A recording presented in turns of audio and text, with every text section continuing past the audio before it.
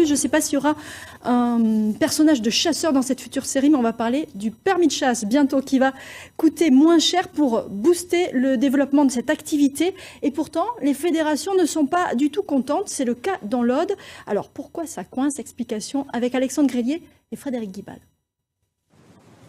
Pascal est agriculteur céréalier dans le Piémont pyrénéen. Ces parcelles de maïs à proximité de la rivière et d'un bois constituent un garde-manger idéal pour les sangliers, très nombreux dans cette zone.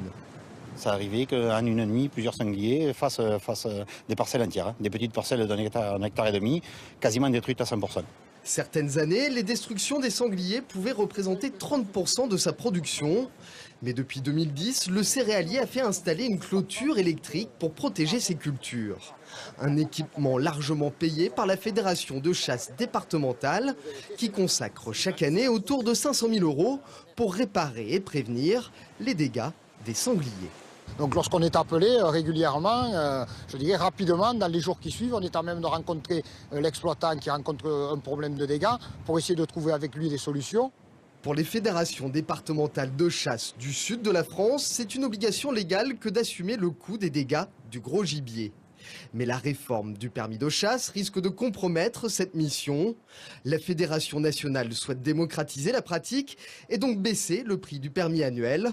Autant de revenus en moins pour les instances départementales. Ça veut dire que demain, si on a passé 400 000 €, comment on va faire pour indemniser les dégâts sur du monde agricole? Donc on est concernés, nous chasseurs, mais le monde agricole est concerné également.